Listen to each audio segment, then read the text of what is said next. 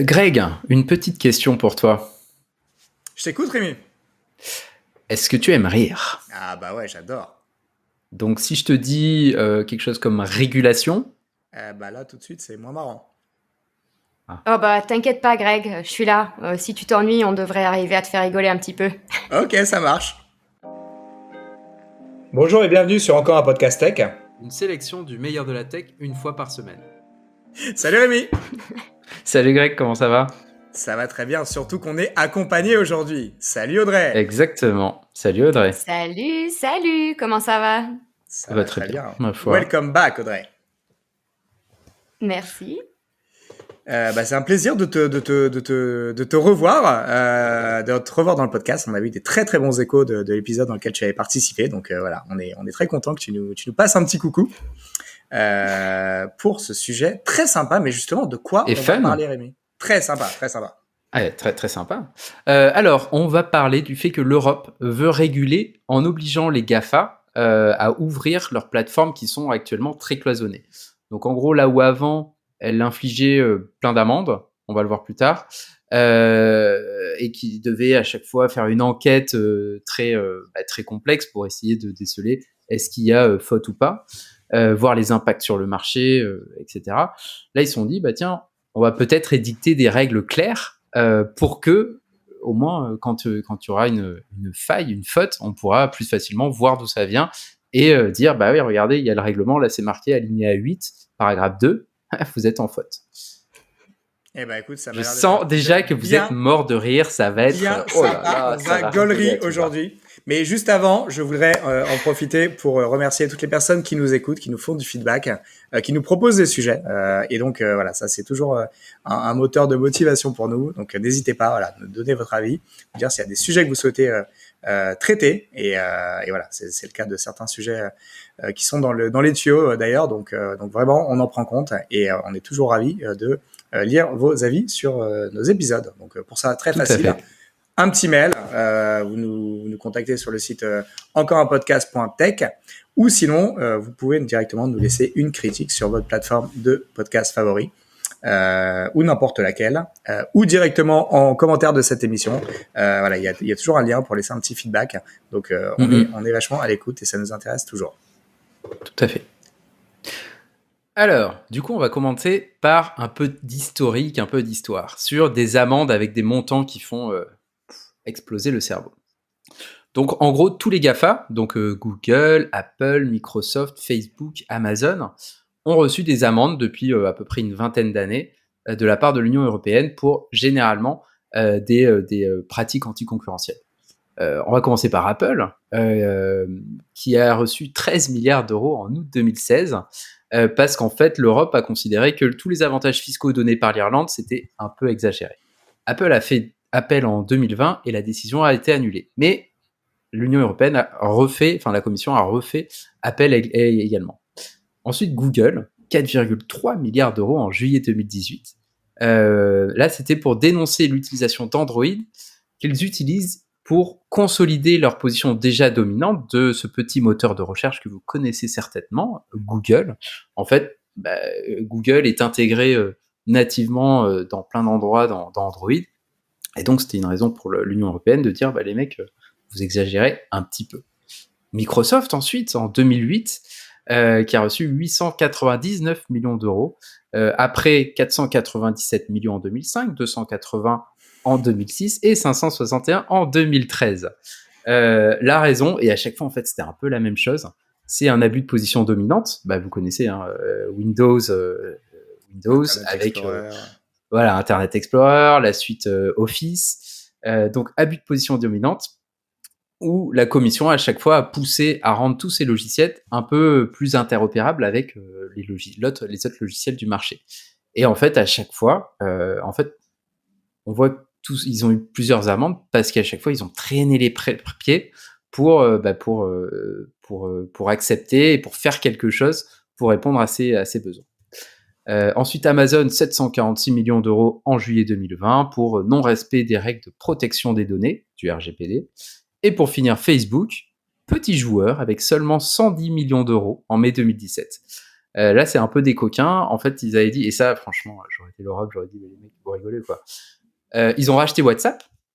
Et en fait, quand deux énormes entreprises se rachètent, on est obligé de présenter un dossier pour voir si tout ça peut le faire ou pas, ou est-ce que ça crée pas une position hyper majoritaire sur un marché. Et en fait, Facebook a dit qu'il ne pourrait pas associer les comptes d'utilisateurs entre les deux services. Notamment entre Messenger et WhatsApp. Exactement. Et sauf que, voilà, ils m'auraient demandé, moi j'aurais dit, gros mytho, les mecs, s'ils achètent WhatsApp, c'est bien pour faire un lien entre tous ces utilisateurs et pouvoir faire la pub à tout va sur tous ces utilisateurs et croiser le maximum de données pour connaître encore plus nos utilisations. Et donc, en plus, là, ils ont mal joué, c'est qu'en 2016, du coup, Facebook a modifié sa politique de confidentialité pour dire, on va le faire. Donc, bon, voilà. Donc, ça fait quand même quelques milliards. Ils sont malins. Ça fait quand même quelques milliards. Ouais, mais en fait, ce qui est ouf, c'est que c'est une broutille finalement par rapport à leur chiffre d'affaires. Même quand on dit, tu vois, 13 milliards pour Apple, c'est finalement, c'est un petit pourcentage de tout leur chiffre d'affaires, voire même de leur bénéfice net. Donc, c'est ouais. En tout cas, ça suffit pas à les faire plier en fait, quoi. Exactement. Et donc c'est pour ça que toutes ces amendes, l'Union européenne a vu qu'il n'y avait pas beaucoup d'impact. Et même au contraire, en fait, les GAFAM deviennent de plus en plus puissants et avec des chiffres d'affaires qui grossissent. On l'a vu notamment depuis la crise du Covid. Voilà, ils explosent en chiffre d'affaires, en nombre d'utilisateurs. Et donc, l'Union européenne a créé le règlement, le Digital Market Act, ou DMA. Qu'est-ce que c'est, Rémi ? Bonne question. Merci d'avoir posé cette question. Je propose d'en parler. T'as vu, je suis. Ouais, c'est bien. Le but, c'est d'empêcher les plateformes qui ont un caractère systémique, on va revenir là-dessus tout à l'heure, de profiter de leur écosystème pour asseoir leur domination et étouffer la concurrence et rendre captifs les utilisateurs. Donc ça, c'est un petit peu la définition d'Apple, de Microsoft ou d'Android ou même d'Amazon qui, une fois que vous rentrez dans leur système, ils vont essayer de grappiller le maximum de choses que vous faites pour que vous les fassiez toutes sur la plateforme. Si on prend l'exemple de Facebook, qui s'appelle désormais Meta, vous avez le réseau social, Facebook, vous avez l'application de messagerie, Messenger, vous avez WhatsApp, aussi application de messagerie, vous avez Oculus pour les casques de réalité virtuelle, qu'est-ce qu'il y a d'autre ? Instagram. Ouais, donc c'est... voilà, c'est finalement sur lesquels il y a une place de marché sur Facebook. Donc, c'est vraiment une plateforme sur laquelle finalement vous pourriez faire, et c'est leur but, tout ce que vous faites en ligne, vous le faites juste sur Facebook, par exemple. Et donc, c'est ça la définition d'une plateforme systémique. C'est à cause de sa taille et du nombre de marchés dans lequel elle est présente, une poignée d'entreprises va fonctionner quasiment comme une porte d'entrée vers Internet. Et porte d'entrée et entrée, et salon, et chambre, et salle de bain, enfin voilà, toute la maison, ils vont essayer de faire le maximum de choses. Et avec une sortie bien planquée, en fait, quoi. Voire pas du tout. Elle n'est pas indiquée comme les lieux dans les lieux. Ouais, voilà. On voit pas de quoi tu parles, Greg. Exactement.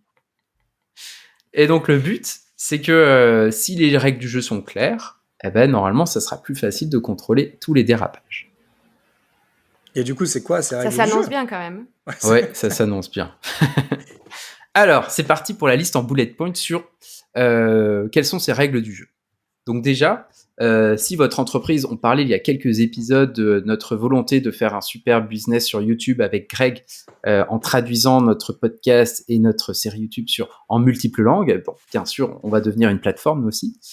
Et donc, le jour où, au sein de l'UE, on dépassera les 6,5 milliards d'euros, ou qu'on aura une capitalisation boursière de plus de 75 milliards d'euros. Donc ça, c'est pour la partie chiffrée. Et pour la partie utilisateur, qu'on aura 45 millions d'utilisateurs européens mensuels, c'est-à-dire à peu près 10% des habitants de l'Union européenne, ou 10 000 clients professionnels. On est quand même pas très loin. Voilà, là. On sera ciblé. On n'est pas loin. Quand on regarde le nombre d'écoutes... Ouais. Objectif 2300. On n'est pas là. Donc, en gros, c'est tellement spécifique que ça s'applique à un petit nombre d'entreprises qui seront Google, Apple, Meta, Amazon, Microsoft, Alibaba, qui est utilisé via sa filiale AliExpress, Booking, ça je m'y attendais pas du tout, et TikTok. C'est intéressant en fait cette manière de. Je crois qu'ils n'ont pas le droit de faire des lois qui touchent, de manière très très ciblée et nommément une entreprise. Et donc c'est pour ça qu'ils essayent de faire une sorte de dénominateur commun qui permettent pile de faire tomber juste dans le sac un certain nombre d'entreprises. Leur cible. Exactement. Et je pense que Booking c'est pris une balle perdue sur ce coup-là parce qu'en fait, c'est clair. Les mecs. Eux, ils ont pas du tout. Je sais pas. Ils ont un monopole sur la réservation. Ouais, sur les hôtels, mais c'est pas. Tu vois, ils ont pas de plateforme de vidéo, ils ont pas de plateforme d'e-commerce. Ça leur appartient pas à ma connaissance. Enfin, tu vois, je pense qu'ils se sont pris un peu une balle perdue sur ce coup-là de par leur nombre d'utilisateurs. Les flux monétaires, peut-être qu'ils passent le chiffre d'affaires, tout simplement, qui doit être énorme. Exactement. Les mecs disent, on n'a rien à faire avec ça. On voit pas trop le côté systémique, hein. Ouais, c'est ça. Ouais. Ou alors, Booking, on sait pas, mais peut-être qu'ils ont une myriade de petits sites qui font que si on les utilise au quotidien. Alors, je crois que c'est un peu le cas quand même, mais qu'est-ce qu'on a, je crois. Ouais, je veux pas dire de conneries, mais je crois que c'est quand même c'est une grosse plateforme quand même, Booking, mais par contre, oui, je pense qu'elle joue pas vraiment dans la cour des autres. Ouais, non, c'est sûr. Et donc, alors, les autres. Donc, c'est parti pour la liste. Donc, maintenant qu'on sait à qui ça s'applique, donc pas une petite PME apparemment, qu'est-ce qu'il dit ce règlement ? Donc, le premier, c'est ne pas collecter les données d'un même utilisateur sur différents services pour ensuite le recibler. Donc, on parlait tout à l'heure de l'exemple de Facebook qui, en rachetant WhatsApp, a dit « Oh non, vous inquiétez pas, on n'a pas les moyens de synchroniser les deux comptes. » Là, c'est un exemple concret. Si on prend un autre exemple, on pourrait dire que Amazon a également Prime Video, donc le service, c'est leur Netflix un petit peu. On pourrait imaginer que ce soit interdit pour eux de ne balancer de la pub sur Amazon en fonction de ce que j'aurais regardé sur Prime Video, a priori. Ensuite, ça commence à être sympa, c'est ouvrir les plateformes iOS et Android à d'autres stores, donc les stores d'applications. Autant Android, on peut installer facilement. Il y a le store d'Amazon, il y a les stores des fabricants chinois qui sont assez facilement accessibles. Mais pour iOS, c'est un changement de paradigme complet, parce qu'actuellement, un des trucs, et Greg pourra vous le certifier en tant que grand Apple fanboy, c'est que Apple verrouille vraiment tout son écosystème. Et d'un côté, c'est bien pour la sécurité, parce que ils vont vérifier toutes les applications qui vont sur le store pour certifier, ok, c'est bon, niveau sécurité, c'est bon. Je peux accepter qu'elles viennent sur le store. Donc, s'il y a un autre store qui arrive, genre Amazon, ça m'étonnerait pas, ils pourront proposer toutes les apps qu'ils veulent. Et là, ce qu'Apple dit, et ils le disent plusieurs fois sur ce projet, c'est que ça risque de proposer des brèches de sécurité, parce que des applications non contrôlées par Apple viendront s'installer sur leur plateforme. Exactement. Petite parenthèse là-dessus. Pardon, vas-y. Vas-y. J'allais dire petite parenthèse, ça me fait penser à un article que j'ai lu récemment où justement Apple est en train de considérer d'aller partager son Apple TV service sur des plateformes telles que Android et Windows Machine. Ah bah eux, ça m'étonne pas. Ah ouais, ils vont dans un sens, mais pas dans l'autre. Hein. Ah ouais, bien sûr. Autant, tenez, on vous file d'ailleurs Amazon, ça serait bien que ce soit disponible en natif sur iOS, etc. Mais par contre, l'inverse, ils sont au lieu pas de taper chauds, Google, en fait, tu tapes sur Amazon et t'achètes plus vite, quoi. Ouais. Là, c'est clair.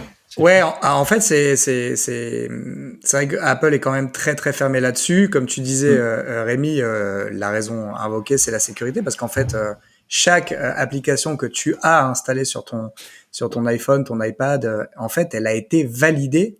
Et chaque version a été validée par Apple. Donc en fait, c'est une sorte de garde-fou qui permet de s'assurer finalement qu'on n'a pas effectivement des applications malveillantes qui sont installées et qu'on n'aurait pas forcément maîtrisées. Donc là, si tu veux, ça permet quand même de border pas mal les choses. Et la crainte justement en tout cas l'argument qui a été l'intérêt pour Apple, c'est de contrôler 100% de ce qui se passe sur ces appareils, y compris d'un point de vue monétisation.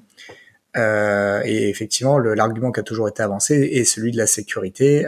Effectivement, voilà, Android, c'est quelque chose qui est possible d'installer des stores alternatifs. Encore faut-il que les personnes qui font des applications maintenant mettent les développeurs publient leurs applications sur les différents stores aussi. Tu as aussi ce sujet-là. Ou à l'inverse, surtout que l'utilisateur final fasse l'effort d'aller chercher ce store alternatif. C'est plutôt là où je pense que enfin, moi je fais pas l'effort et pourtant je suis un gros geek, mais je ferais pas l'effort d'aller chercher ce store alternatif, quoi. Ouais, voilà, c'est un peu ça le problème, c'est que quand tu commences à avoir des stores alternatifs, en général, ils sont quand même moins fournis que les stores principaux. Moi, pour avoir utilisé des tablettes Kindle par le passé, ou même à l'époque, il y a même Nokia qui faisait un téléphone Android qui n'avait pas le store Google.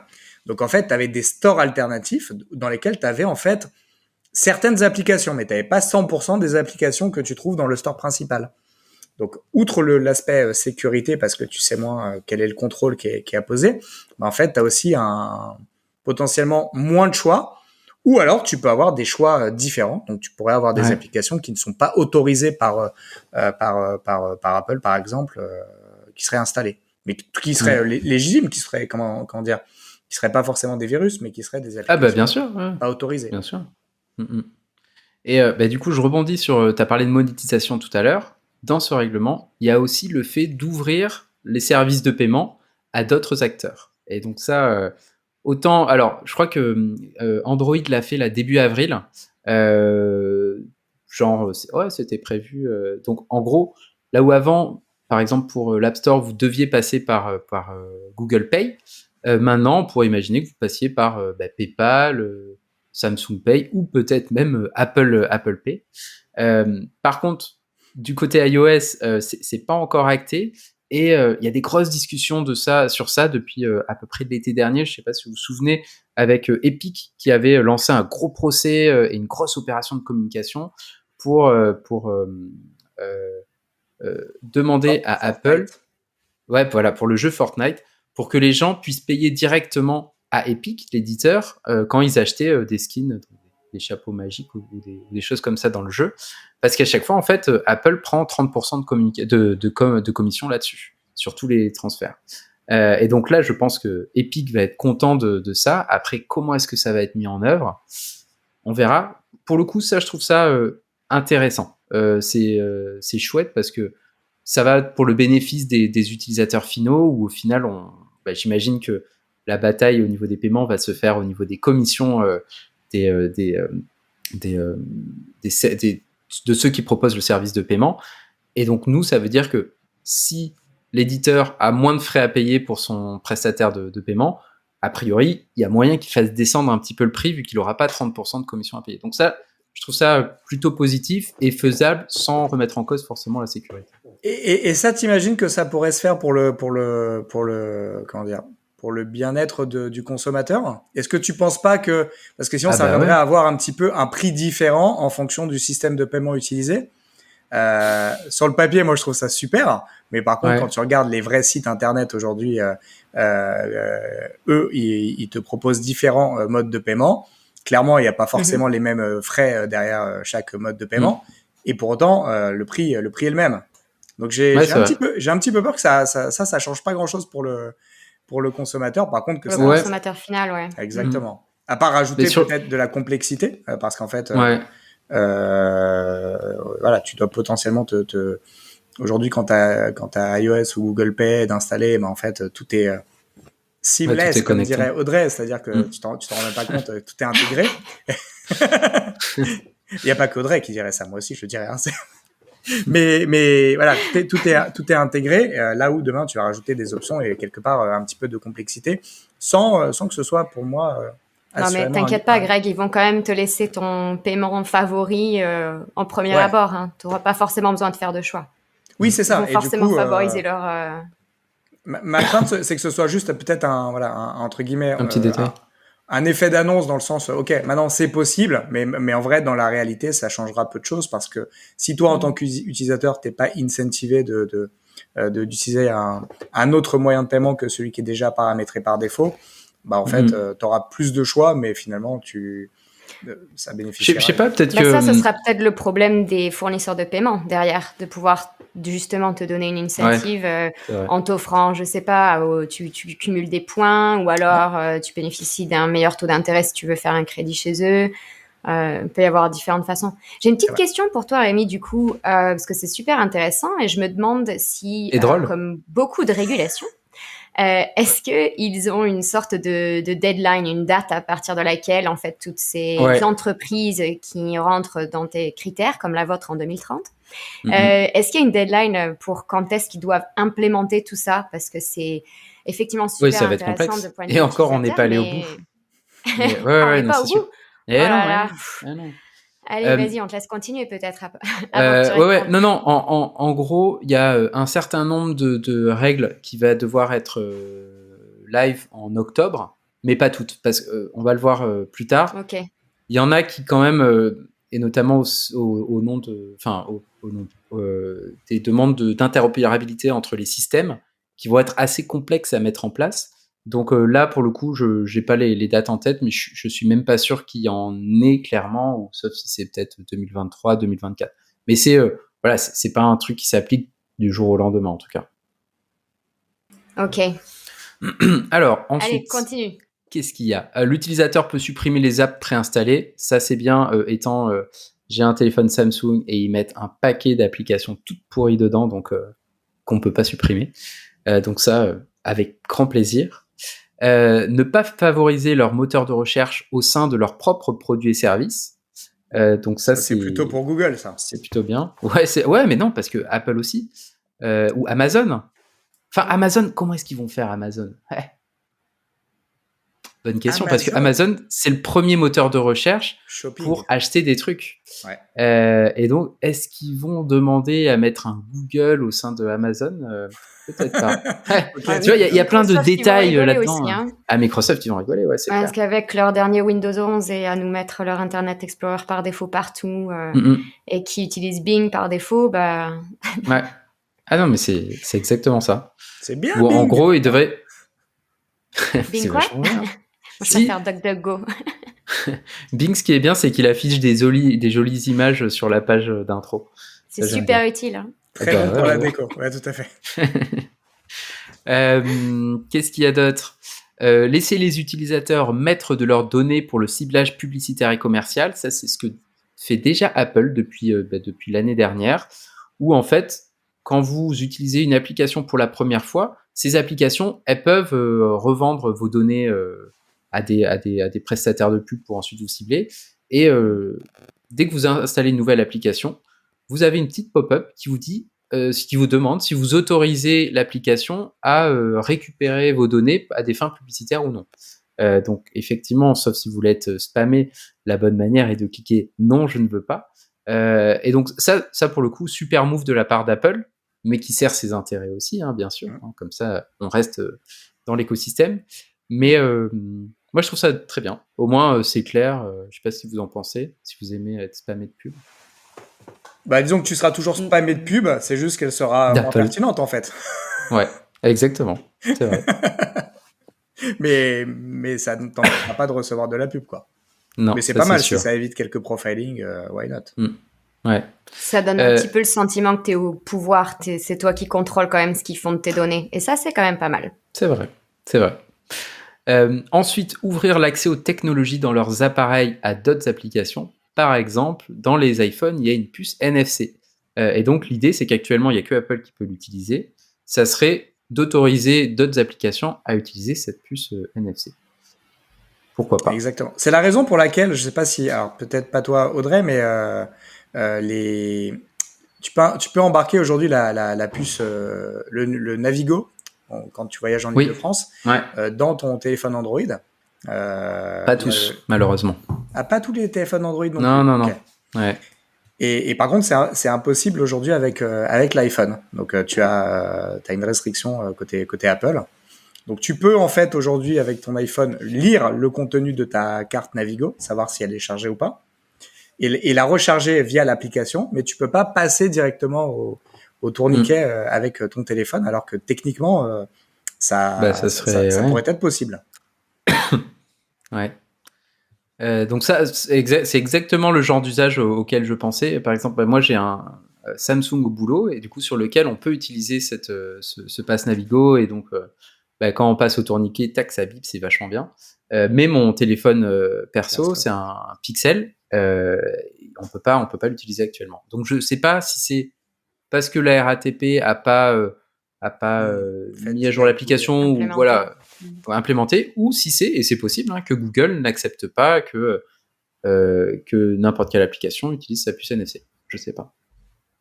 Okay. Et ensuite, et celui-là c'est le plus chaud, c'est rendre interopérables les services de messagerie. Donc, par exemple, un utilisateur de e-message d'Apple pourrait communiquer avec un utilisateur de Messenger qui appartient à Meta. Et donc ça, c'est le truc qui fait un peu débat parce que d'un point de vue expérience utilisateur, c'est cool parce que on pourrait imaginer que j'ai plus besoin d'avoir Messenger, WhatsApp, Signal, etc. sur mon téléphone, mais juste une seule application. Mais ça pose des questions notamment de sécurité.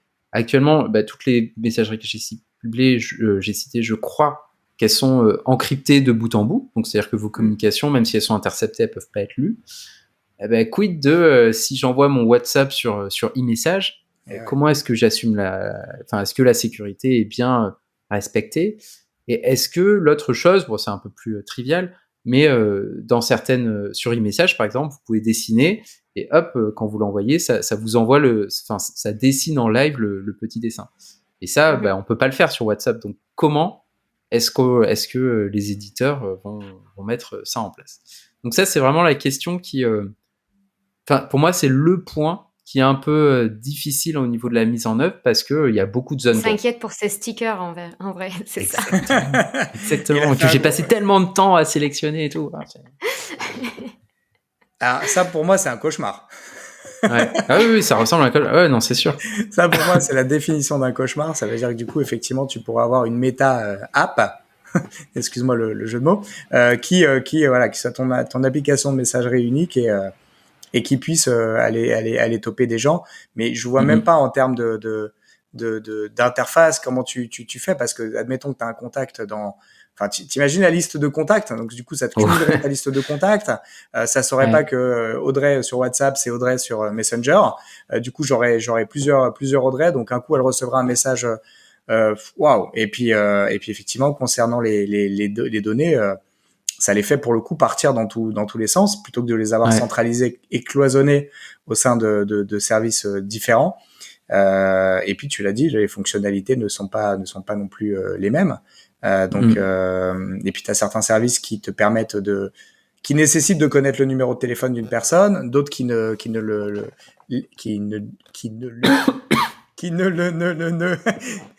où c'est pas nécessaire.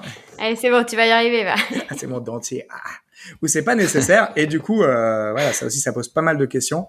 Donc moi je vois pas du tout de gain pour l'utilisateur, je vois juste de la complexité, je vois potentiellement moins de sécurité, je vois potentiellement un nivellement des fonctionnalités aussi à la baisse, c'est-à-dire que du coup tu prendrais le dénominateur commun des fonctionnalités, c'est-à-dire texte, peut-être audio et image, et tout le reste en fait ne serait pas forcément proposé, ou si tu l'envoies le message, tu sais pas dans quel contexte la personne va le recevoir, donc du coup ça servira à rien d'envoyer certains éléments. Enfin pour moi, j'entends beaucoup de craintes dans ce que tu nous dis, Greg, mais t'as pas confiance en nos GAFA pour faire quelque chose d'exceptionnel et qui réponde à tous tes besoins. Main dans la main, travailler. Et oui. Écoute, là, sur ce ils vont prendre soin de toi. En vrai, si tu veux, il y a ce qu'elles veulent faire, ça clairement elles veulent pas. iMessage, c'est quand même quelque chose, c'est comme FaceTime d'Apple, c'était quelque chose qui devait être ouvert quand ça a été annoncé. La vérité, c'est que cela n'a jamais été fait, et il y a un vrai enjeu aussi de fidélité, la fidélisation de la clientèle, de garder certaines messageries. D'ailleurs, il y a aujourd'hui, c'est même un vecteur, notamment aux US, d'exclusion quand tu as la fameuse bulle bleue qui indique que tu n'es pas sur un appareil Apple. Du coup, en fait, voilà, il y a des personnes, si tu veux, ils sont exclus de certains cercles parce que certaines conversations se font sur iMessage et elles n'ont pas de téléphone. Et donc, elles sont stigmatisées de par la colorie de la fenêtre de chat. C'est un vrai sujet aux US, en tout cas. J'ai eu plusieurs articles là-dessus. Et bon, en tout cas, ça paraît complètement fou comme ça, mais du coup, c'est une manière, si tu veux, comme les appareils Apple sont plus chers. Tu apprends que tu es exclu de certaines conversations, en fait. Ouais, c'est clair, exactement. Bah, c'est ça, tu vois, avec la target, quoi. T'es bleu. Qui a invité cet utilisateur Android dans la conversation? Pas du tout. Venez, du coup, on envoie un petit stickers qui pourra pas voir. Donc, ouais. donc voilà, ça c'est. D'ailleurs, les Android, ils sont verts, hein, ils sont pas bleus. Hein, mais bon, excuse-moi, Tu veux dire que j'envoie des personnes des SMS au lieu d'iMessage depuis des années à des gens? Ouh. Mais non, tu dis, mais non, ils sont verts. Ils sont verts. Tu m'as mis le doute. Mais non, ils sont verts. Exactement. Ah putain, ils sont verts ou ils sont bleus? Ils sont verts. Et les bleus, c'est que t'es sur iMessage et les verts, c'est qu'ils sont sur Android ou. Arrête, c'est vrai? Mais si. Je me rends. C'est pas grave, on a quand même suivi la ta révélation. conversation. Wow. Et là, je regarde toutes mes conversations et je me rends compte que j'envoie j'ai arrêté de parler à lui. Que j'envoie des SMS à des gens depuis des années, quoi. Et waouh, c'est tellement. Révélation. Waouh. Ok. Oh là là, mais c'est vrai. Oh là là. Ok, très bien. Non mais t'inquiète pas, les GAFA vont s'arranger, ils vont te mettre un petit truc, tu vois, un méta tout en un, comme ça t'auras plus besoin de réfléchir à la couleur de tes textos. Donc voilà, écoute, merci en tout cas pour cette révélation, Audrey. Je vois les choses différemment maintenant. On aura appris quelque chose. Mais ça me fait quand même, ça m'interpelle parce que récemment, je vois quand même pas mal d'entreprises. Alors c'est plutôt du B2B hein, dans ce milieu-là. Ils essayent justement de créer ces agrégateurs de messagerie différentes. Pour permettre en fait aux entreprises de gérer leur communication avec leur clientèle finale en disant et leur angle d'attaque, c'est de dire tous vos clients finaux ils vont utiliser des chaînes de communication diverses, que ce soit comme tu le disais Messenger, WhatsApp, Instagram, iMessage, etc. Et leur point de vente, c'est de dire aux entreprises nous on vous propose une plateforme qui agrège tout, qui est sécurisée. Et en fait, c'est indépendant du service final de communication pour vos utilisateurs finaux. Donc, du coup, je me dis, ça va aussi faire la compétition pour ce genre d'entreprise, en fait, qui aujourd'hui se positionne comme étant un agrégateur de moyens de communication. Là, ils vont avoir un challenge à leur hauteur, quoi. Alors, en fait, c'est pas exactement pareil si je suis l'exemple que tu donnes. C'est que, notamment pour faire du SAV... t'as certaines entreprises qui sont capables effectivement de récupérer du chat, du WhatsApp, du Messenger, du Twitter, du Facebook. Et en fait, derrière, elles ont une interface unique qui finalement te permet de visualiser différents canaux, comme tu disais, de conversation. Mais en fait, c'est pas des agrégateurs au sens où on l'entend l'UE dans ce cas-là, parce qu'en fait, quand tu vas répondre à la personne, tu vas répondre sur le canal qu'elle a utilisé. Donc en fait, quelque part, tu restes dans ce canal. C'est juste que tu as une interface de visualisation unifiée qui te permet du coup de pas avoir à jumper d'un outil à l'autre pour savoir ce qu'il y a, où on te contacte, et finalement de savoir finalement un utilisateur quel canal il a utilisé. Et derrière, toi, tu lui réponds via le même canal. Tu peux pas aujourd'hui, tu sais pas qu'un utilisateur qui t'a contacté via Twitter pour du SAV, ça correspond à tel profil Facebook. Tu sais pas nativement en tout cas. Après, il y a des artifices pour être capable de le déduire, mais et puis ça serait même super intrusif, tu vois. Si par exemple, toi, ils sont plus à ça après. Non mais tu vois, d'un point de vue même RGPD. Oh là là, les mecs, vous pensez pas qu'on est un peu trop intrusif? Bon, c'est bon, ça va. On a déjà tous ses comptes, toute sa vie. Non mais c'est ça. Non mais tu te rends compte? Admettons que tu contactes quelqu'un par Messenger et tu lui as pas donné ton numéro de téléphone et que il te répond en t'appelant. Ça va t'interroger. Tu vas dire waouh, comment il a fait quoi. Mais c'est sûr que c'est déjà arrivé ça. En t'appelant sur ta ligne fixe, oui, bien sûr, mais parce qu'en fait, et ça c'est border parce que du coup tu peux. Bien sûr. Toi, tu parlais tout à l'heure de ton téléphone pro et ton téléphone perso. Bah effectivement, tu peux être pour un message pro, quelqu'un qui a fait le lien avec. D'ailleurs, moi, ça m'est arrivé plusieurs fois via LinkedIn, puisque j'ai mon numéro de téléphone perso sur LinkedIn. Et certaines sociétés qui payent le service LinkedIn pour avoir tous les profils d'utilisateurs, en fait, il arrive qu'elles me contactent. Elles m'envoient un mail sur mon LinkedIn et derrière, elles ont la possibilité de m'appeler sur mon téléphone perso. Généralement, elles sont très très bien reçues d'ailleurs. Mais voilà, ça pose la question effectivement de ce que tu as autorisé comme canaux de contact. Ouais, c'est sûr. Bon, tout ça, c'est un peu la merde quand même, quoi. En fait, moi je suis plutôt côté GAFA. J'avoue, je suis un traître dans ce coup-là. Je trouve que pour les utilisateurs, ça va être compliqué. J'ai peur qu'ils nivellent le service à la baisse et que il y a des trucs qui soient plus disponibles en Europe parce qu'ils disent, vous savez quoi, fuck, en fait, c'est trop compliqué. Ils pourront pas dire ça. Ça c'est comme Mais pour j'allais dire, je continue. J'allais dire, c'est intéressant que tu penses comme ça parce que tu vois, moi, de mon point de vue, je me dis, c'est intéressant, ça va forcer la compétition et ça va effectivement ouvrir, en fait, le panel d'opportunités, peu importe la plateforme sur laquelle tu es, que ce soit pour des raisons de réputation de la marque, ta propre réputation parce que tu veux être associé à Apple, Samsung ou autre. Mais d'un autre côté, il y a une part de moi qui dit, les utilisateurs sont quand même, depuis pas mal d'années maintenant, ancrés dans leurs habitudes. C'est-à-dire que... aujourd'hui, tu as tes habitudes et tu sais pourquoi tu vas utiliser tel ou tel service qui est disponible dans ton App Store et qui est peut-être pas disponible dans Google Store et inversement. Est-ce que l'utilisateur va vraiment faire la différence? Si c'est bien implémenté, tu vas pas forcément faire la différence. Toi, ce que tu vas pouvoir voir, c'est ok, tu as accès à plus de services. Mais combien de personnes passent leur vie sur un marketplace? En général, les gens vont sur le marketplace parce que soit ils ont un besoin, soit ils ont lu ta newsletter et ils se sont dit tiens, ça serait cool que je télécharge cette super app dont tu m'as parlé. Et en soi, que ce soit d'une plateforme ou à l'autre, j'ai presque envie de dire on s'en fiche. Si ça te rend service et que ça fonctionne sur ton outil, tant mieux. Après, pour ce qui est de la messagerie, oui, là, c'est peut-être...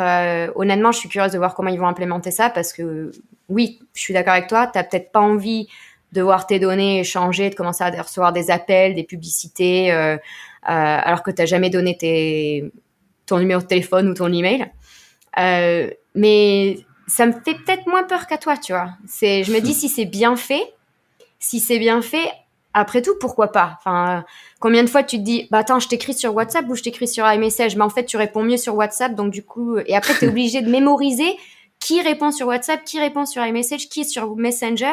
Ah, il y a une idée d'étape là. Ça va.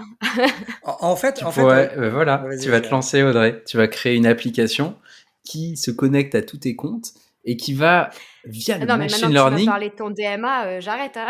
Mais non, justement, c'est l'opportunité. Tu peux créer une application qui va justement regrouper, te donner la possibilité d'écrire sur toutes les différentes applications et savoir sur quelle application envoyer le message en fonction de l'heure, de la température dehors, etc. Voilà. Il est sympa, il m'a déjà dit que la deadline c'est octobre et il croit que j'ai que ça à faire, tu sais. Oh, ça va, tu vas révolutionner le monde, c'est bon. Non, moi, le seul truc qui me fait un petit peu, qui me rend un petit peu sceptique, et ça sera mon mot de la fin en tout cas, c'est qu'en fait, je suis d'accord avec toi sur le sujet. Sauf que, là, si je regarde un peu ce qui s'est passé les 3-4 dernières années, je remarque un truc, c'est que quand il y a une réglementation qui est poussée et forcée par l'UE, souvent, elle dégrade et qu'elle n'est pas choisie par les GAFA. C'est super bien, hein, mais quand je regarde par exemple le RGPD, les bandeaux de cookies, la pollution que c'est devenu aujourd'hui d'aller sur un site internet, le fait d'accepter les bandeaux de cookies par défaut parce qu'en fait juste ça te saoule et en fait ça a dégradé ton expérience utilisateur pour finalement un gain, moi je le vois pas, tu vois, directement. Donc là c'est un exemple concret de choses et ça complique la vie de petits acteurs. Là où on le voit, et Rémi le disait tout à l'heure, les gros, ceux pour lesquels on a fait ces réglementations, eux sont pas emmerdés, ils payent les amendes, ils s'en foutent. Donc en fait, ça rajoute un boulet à des acteurs locaux ou des petits acteurs, tout en pourrissant un peu plus la vie de l'utilisateur. Pour certains cas, hein, je vais pas trop généraliser.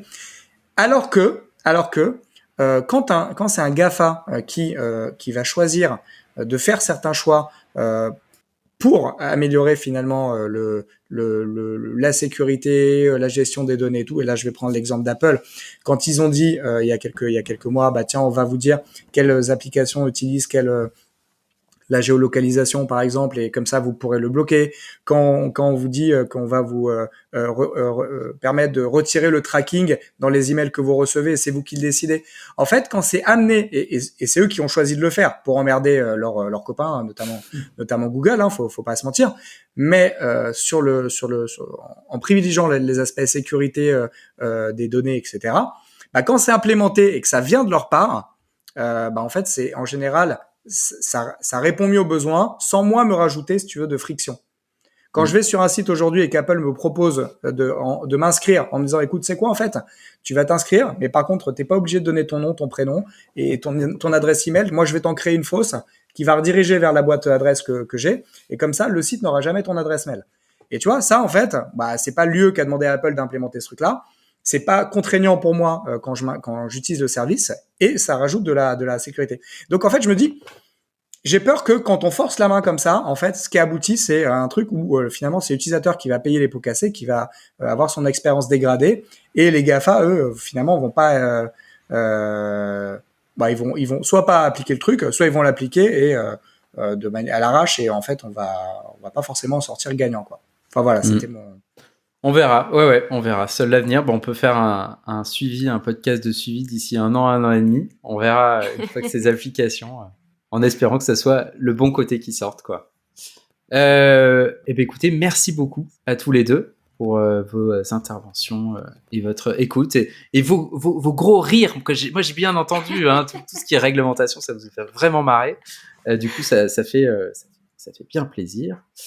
La semaine prochaine, épisode spécial RGPD. Non, je plaisante. Ils vont se désabonner de ouf. RGPD, les résultats 5 ans après. Ah, ça va être excitant.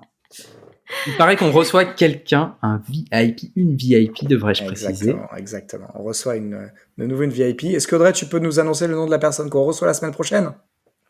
Mais si je ne m'abuse, je crois qu'elle s'appelle Audrey Touvenin, non? C'est pas ça? Exactement. Elle revient la semaine prochaine. De quoi va-t-elle nous parler? En deuxième semaine. De quoi tu nous parles la semaine prochaine, Audrey? Eh bien, apparemment, on va parler des outils et des process. Wow, ça. Tu vois, on enchaîne les épisodes de fun, ouais. Fun et rigolade. Non, mais là, alors, promis, la semaine prochaine, ça va être fun. Ouais. Voilà, c'était fun. Of course. Là, en vrai, c'était fun. En vrai, c'était déjà fun, mais la semaine prochaine, encore plus fun. Encore plus fun, ouais. Eh ben, merci beaucoup. Salut à tous. Rendez-vous la semaine prochaine, alors. Ciao, Audrey. Ciao, merci. Rémi. Merci de votre attention. Si l'épisode vous a plu et que vous souhaitez nous aider, laissez votre avis sur Apple Podcast, car les podcasts, c'est le truc le plus dur à découvrir. Pour recevoir chaque nouvel épisode à sa sortie, abonnez-vous sur encoreunpodcast.tech. Vous pouvez également vous abonner à nos newsletters gregtayeb.substack.com et lebrief.tech.